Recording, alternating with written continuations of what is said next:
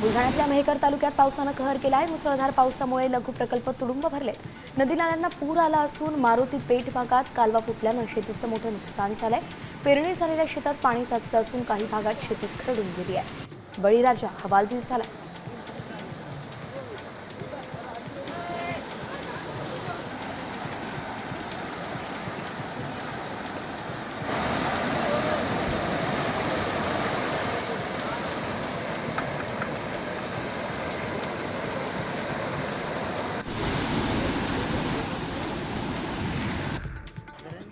अकोला जिल्ह्यातील पातूर तालुक्यातल्या झरंडी गावाने पाण्याचा वेढा झरंडी गावाला पाण्यानं वेढा घातलेला आहे। अनेक ग्रामस्थांच्या घरात पाणी शिरल्यानं मोठं नुकसान झालंय। अनेक गावांचा संपर्कही तुटलाय। तर अकोला जिल्ह्यासह वाशिम जिल्ह्यात 2 दिवसांपासून संततधार पाऊस सुरू आहे।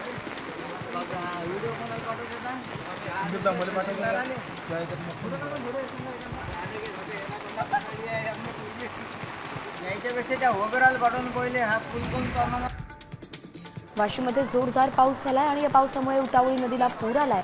नदीला आलेल्या पुरामुळे पुलावरती 2 ते 2.5 फूट पाणी वाहत आहे। वाहतुकीसाठी पर्यायी मार्ग उपलब्ध नसल्याने अनेक जण या ठिकाणी अडकून पडले।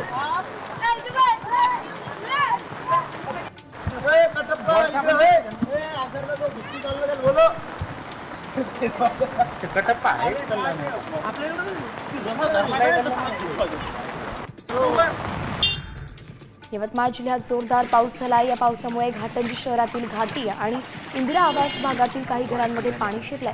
त्यात मोठं नुकसान झालंय। घरात ठेवलेले धान्य सुद्धा भिजलंय। सध्या परिसरातील नागरिक मोटारच्या सहाय्यानं पाणी बाहेर काढण्याचे प्रयत्न करत आहेत।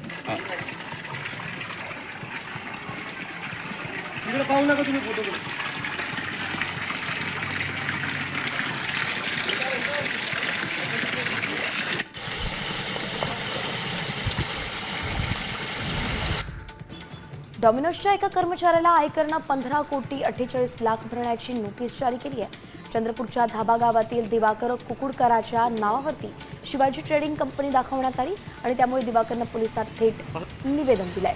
काही वर्षांपूर्वी कागदपत्र हरवली होती, त्या आधारे बनावट कंपनी स्थापन केल्याचा संशय तरुणानं व्यक्त केला आहे।